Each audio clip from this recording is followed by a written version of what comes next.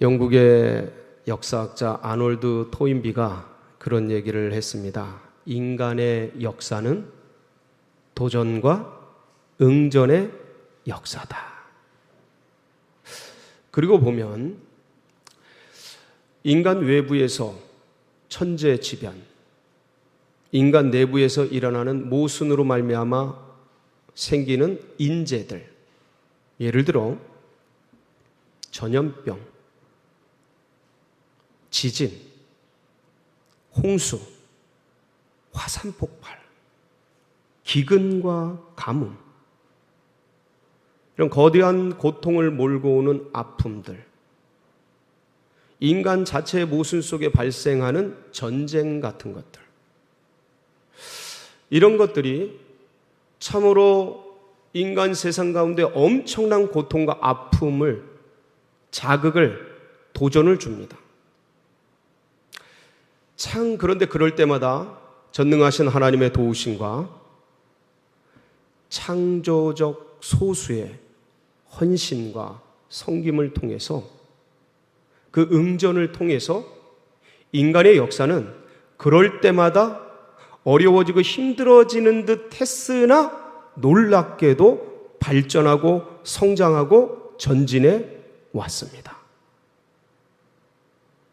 근현대에 들어서 있었던 세계적인 전쟁, 사라예보의 총성 속에 도화선이 시작됐던 세계 1차 대전, 독일이 핀란드 침공을 선전포고를 함으로 포문이 열렸던 2차 세계대전, 1차 세계대전에 6천만 명의 젊은이들이 참전을 했습니다. 32개국에서 거기서 1천만 명 이상의 희생자들이 생겼어요. 60개국이 넘는 참전국들이 전쟁을 벌였던 2차 세계대전, 여기는 6천만 명 이상의 희생자가 생겼습니다. 이런 엄청난 고통과 아픔을 유발한 이런 큰 팬데믹, 일종의 엄청난 자극이죠. 도전이죠. 이런 것들이 있었을 뿐만 아니라 14세기 중세에 유럽 전체를 뒤흔들어 놓았던 패스트, 유럽 인구의 3분의 1, 2,500만 명 이상의 희생자를 낳았다고 합니다. 이런 정말 어마무시한 이 도전들이 있을 때마다 하나님의 백성들, 하나님의 사람들, 창조적 소수, 그들은 이 모든 고통과 아픔, 고난을 빚어서 놀라운 성숙과 성장의 열매들로 바꾸어 응전해 왔습니다. 저는 믿습니다. 이번 이 코로나19 이 팬데믹 재앙도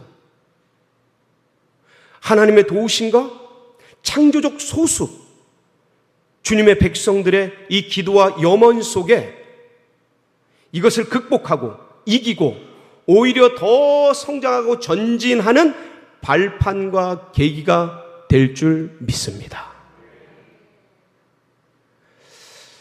그렇지만 우리가 아다시피 아직은 어떤 조각구름이 보이지 않는 그러한 상태에 있습니다. 분명히 이기고 분명히 극복하고 나아갈 걸 확신하지만, 그러나 여전히 오리무중 어려운 가운데 우리가 던져져 있는데, 이러한 혼돈기에, 혼란기에 과연 우리는 무엇을 준비해야 하는가? 어떻게 대응해야 하는가? 이 부분에 대해서 오늘 예수님께서 당부하시고 말씀하신 오늘의 본문을 통해서 바로 그 부분을 잘 준비하고 대비하는 지혜로운 성도님들이 되셔서 코로나19가 몰고 온 이 엄청난 충격 속에서 오히려 주역이 되시고 승리하는 우리 복된 성도님들 다 되시기를 축원합니다. 예수님께서 본문을 보면 길을 가시다가 누군가를 보게 되죠. 세간에 앉아서 세리 업무를 보고 있는 알페오의 아들 레위, 히브리식 이름입니다. 헬라식 이름은 마태죠. 사복음서의 제일 앞에 나오는 마태복음을 기록한 이 알페오의 아들 레위를 보게 됩니다. 그러니까 주님께서 나를 따르라 하고 도전을 해요. 그랬더니 이 마태가 그 주님의 명성을 이미 익히 알고 있었는지, 마음속에 사모하는 마음이 있었는지 바로 따라 나서게 됩니다. 그러고 나서 이제 마태가 이전의 삶을 정리하고 새로운 예수 그리스도의 제자로서의 길을 가기 전에 자축하는 의미로 잔치를 벌입니다.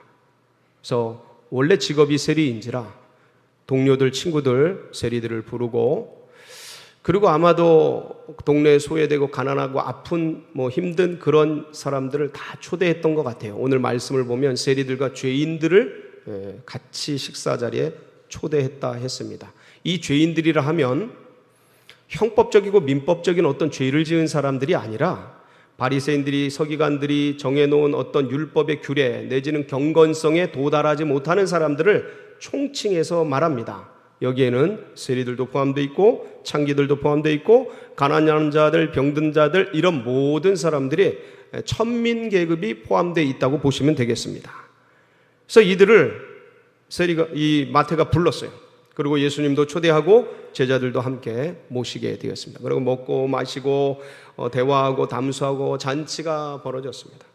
그런데 이런 모습을 늘 예수님의 행적과 이 모습을 지켜보던 이 파바라치 같은 사람들이 있었죠. 누굽니까?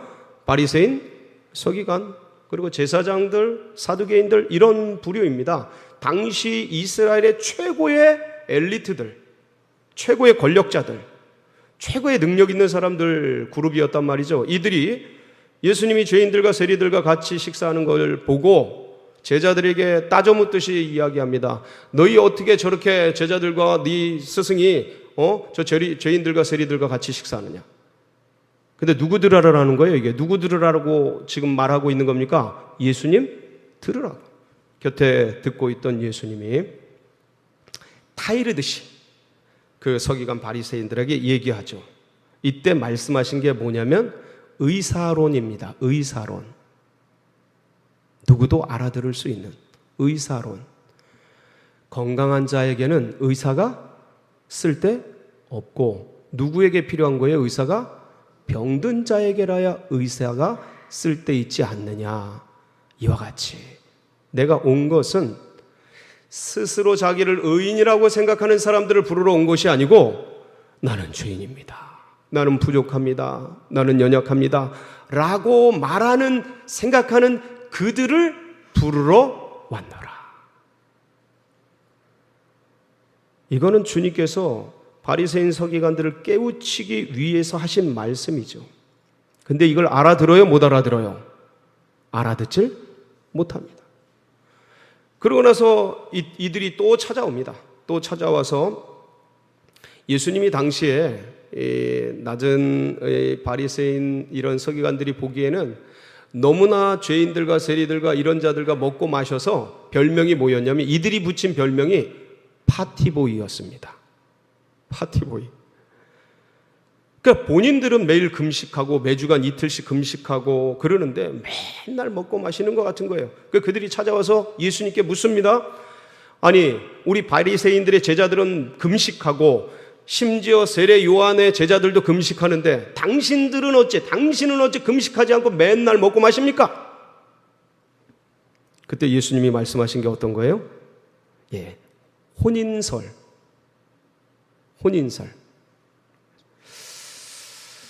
이 이스라엘의 혼인 제도를 빗대어서 비유로 얘기하시죠. 이 혼인을 앞둔 신랑집 친구들이 신랑이 있을 때 어찌 금식을 하겠느냐.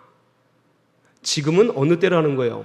예수님과 함께 동료들과 같이 제자들과 함께 있는 이 기간은 혼인 기간이다. 혼인 기간에 어찌 금식하겠느냐. 그러나 신랑을 빼앗길 그날에는 누가 뭐라고 하지 않아도 금식하게 될 것이다. 그러면서 했던 말씀이 뭐냐면 제발 정신 좀 차려라. 제발 우리 장로님이 기도도 하셨습니다. 게하시의 눈이 열리듯이 제발 눈을 좀 떠라. 귀를 좀 열어라. 그러면서 당부처럼 얘기하신 게 생배 조각을 헌옷에 기우지 않는다. 그럼 둘 다 망가지기 때문에. 그래서 새 옷감은 어디에다? 새 옷에다. 그것처럼 새 포도주는 새 부대에 담가야 하느니라. 여러분 잘 기억해 보십시오. 예수님의 말씀은 너무나 쉽습니다.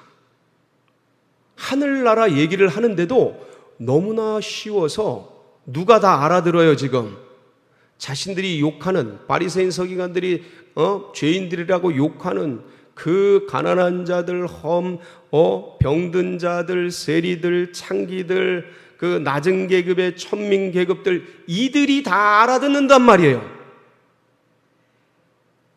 그리고 심지어 어린애들, 그때는 존재 자체도 무시했던 여자들, 이들도 다 알아듣도록 쉽고 편안한 비유와 그런 말씀들로 하시는데 지금 누구는 못 알아듣는 거예요. 그 당시에 최고의 엘리트, 가방끈 제일 긴 그 사람들, 성경을 집중적으로 연구한다는 서기관들, 최고의 경건성으로 영성이 최고라는 바리새인들, 심지어 제사를 집행하는 제사장들, 사내들인 공의회 의원들과 모든 것들을 차지하고 있는 사두개인들, 이런 엘리트들은 주님의 그 쉬운 말씀을 못 알아듣는 거예요. 여러분, 그럼 왜 못 알아들을까요? 왜 그들은 못 알아들었을까요? 그 쉬운 말씀, 좋은 말씀, 은혜의 말씀을 뭐에 씌어 있는 거죠. 뭐에 씌어 있는 거예요? 그 씌어 있는 게 뭘까요? 종교적 기득권.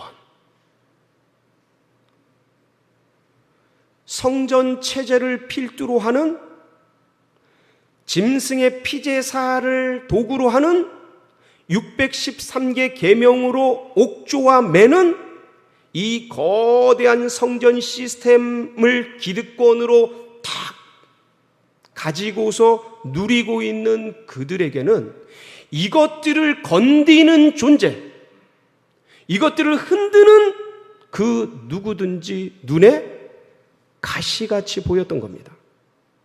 위협적인 존재로 보였던 거예요.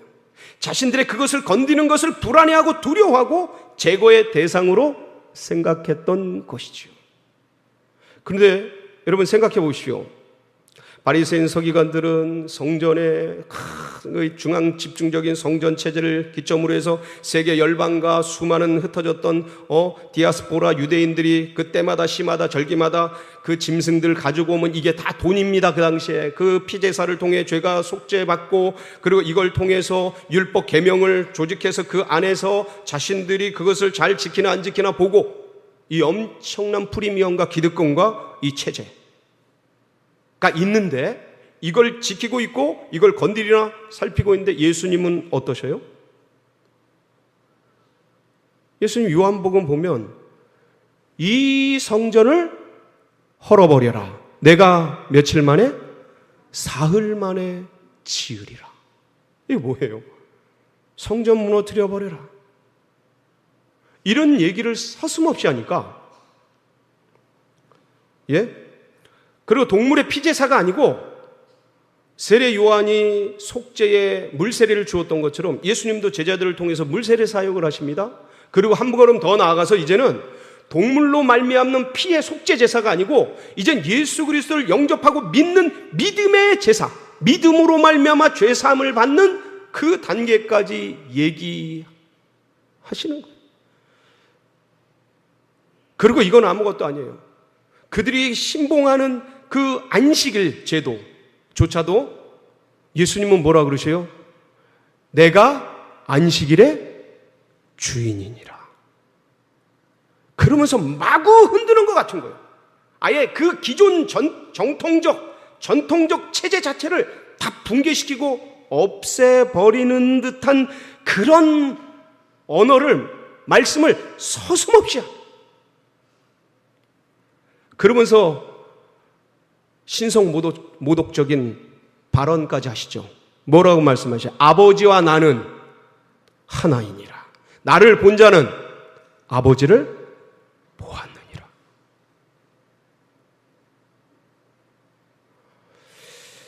참 이런 이야기들을 하시는데 거침없으셨어요.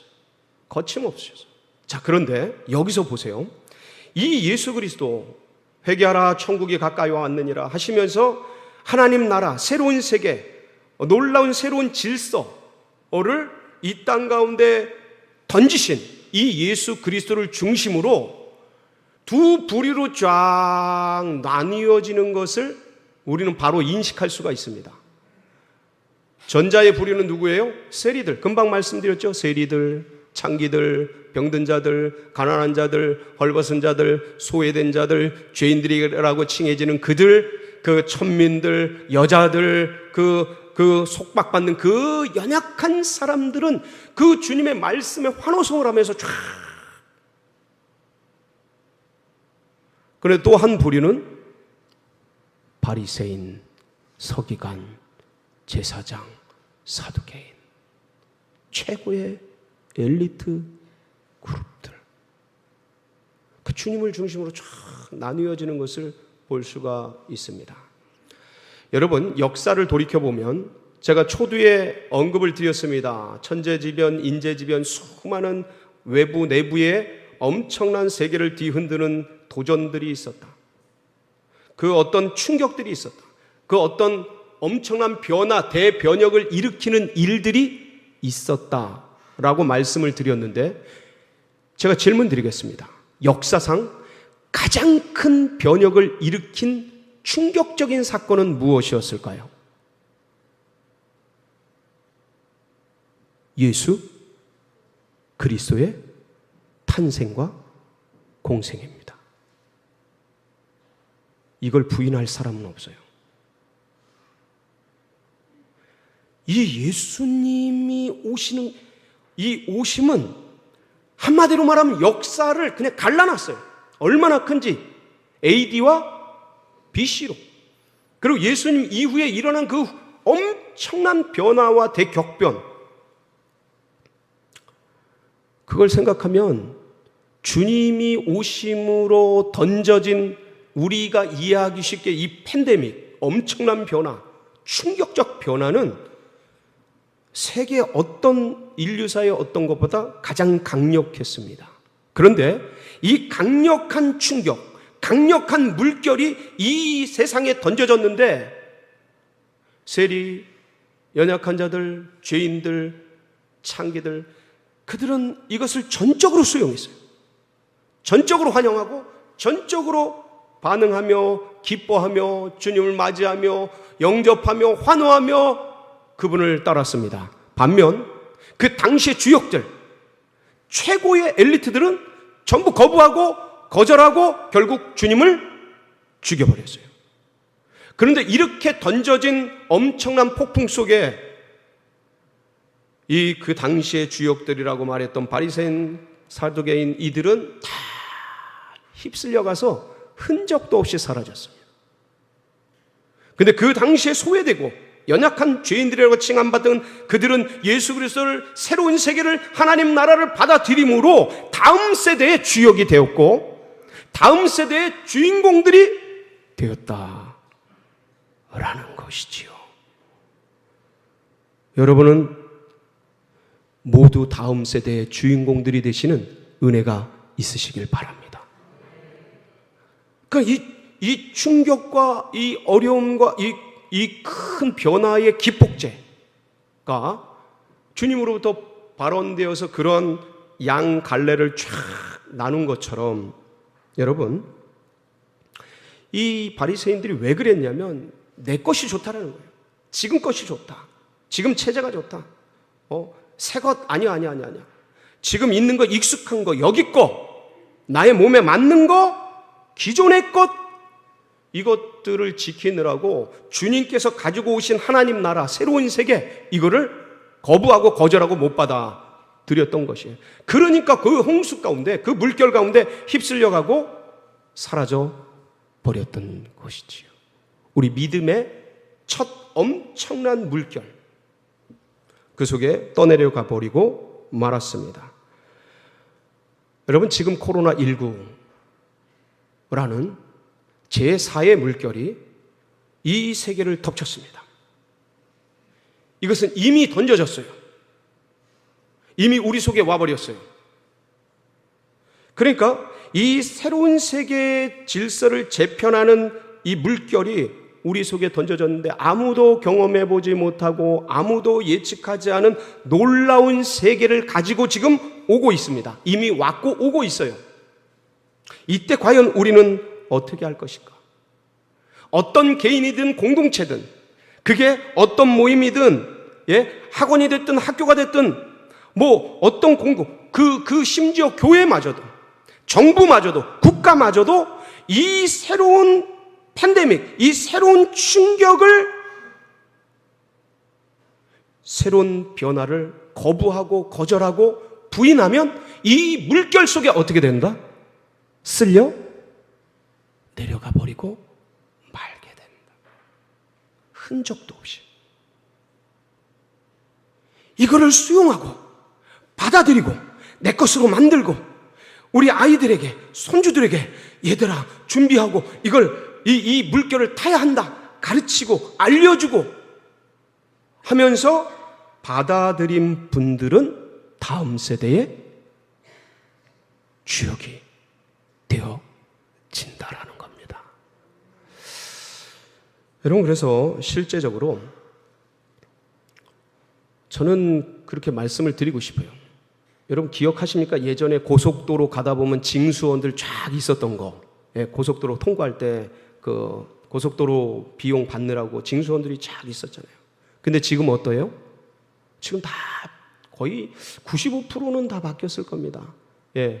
그냥 바로 그냥 전산으로 다 처리가 되어지죠. 근데 여러분 지금 누군가가 고속도로 징수원 준비하면서 공부하고 그거 하려고 한다면 어떻겠습니까? 이건 시대에 안 맞는 거예요. 뭔가 잘못 보고 있는 거예요. 제가 여러 번 비유를 드렸는데 비디오 테이프에 얼마나 우리들이 많이 봤던 그런 겁니까? 그런데 이게 인터넷이 들어오면서 파일 전송으로 다 바뀌어버렸어요. 그래서 비디오 테이프를 주고받는 게 아니라 파일로 컴퓨터 간에 전송되고 그렇게 되는 시스템으로 다 바뀌었습니다. 근데 이거를 알아보지 못하고 비디오 테이프 붙들고 있었던 분들은 그 물결 속에 다 휩쓸려 가버리고 말았던 것이지요. 이제 우리는 무엇을 준비해야 될까? 새로운 변화가 왔는데 여기 어떻게 준비해야 될까? 아마도 다들 알아서 준비 잘 하고 있다고 저는 알고 있습니다. 그런데 쉽게는 혹시 수능생이나 어떤 시험 때문에 투지폰, 폴더폰 쓰는 거, 특수 목적을 위해서 그렇게 하는 거 아니라면 전부 스마트폰으로 바꾸셨으면 좋겠습니다. 아유, 목사님 80 노인이에요. 그냥 이렇게 살다 갈게요. 그게 아니고 자녀들을 위해, 손주들을 위해 할아버지, 할머니가 스마트폰 바꿔서 한마디 해주는 게 엄청난 파괴력이 있어요. 그 난다긴다 하는 박사 교수들이 얘기하는 것보다 얘야 이거 어떻게 하는 거야? 나도 배워야지. 이 시대에 적응을 해야지. 이 한마디가 그걸 듣고 도와주는 그 자녀들, 손주들의 가슴 속에 영원히 지워지지 않는 엄청난 교훈을 새길 수가 있는 겁니다. 그래서 혹시 특수 목적이 아니라면 2G폰, 폴더블 폰을 이렇게 스마트폰으로 저렴한 거 많으니까 바꾸셔요. 그래서 이 예배 이제 연세 드시면요, 가고 싶어도 못 갈 때가 생깁니까? 안 생깁니까? 생겨요. 그럼 혼자 덩그마니 남아서 예배 안 드리실 거 아니잖아요. 그래도 이렇게 수년간, 수십 년간 같이 예배 드렸던 우리들이 있는데, 좀 있으면 이제 3D 입체로 다 보여드리는 그런 시대가 옵니다. 이거 딱 쓰면 내가 이 예배 현장에 있는 것 같은 그런 때가 와요. 물론 다 이전에 오셔야 되지만 그렇지 못한 분들이 생기니까 그런 때를 대비해서 그렇게 하면 얼마나 좋습니까? 그리고 나의 변화가 누구의 변화를 일으킨다? 내 아들, 딸들, 내 손주들, 이런 꼭 기억하시고 이 일들을 시행하시면서 하나님의 놀라운 은혜를 흘려보내는 축복의 통로로 쓰임 받으시기를 축원합니다. 우리 같이 기도하시겠습니다.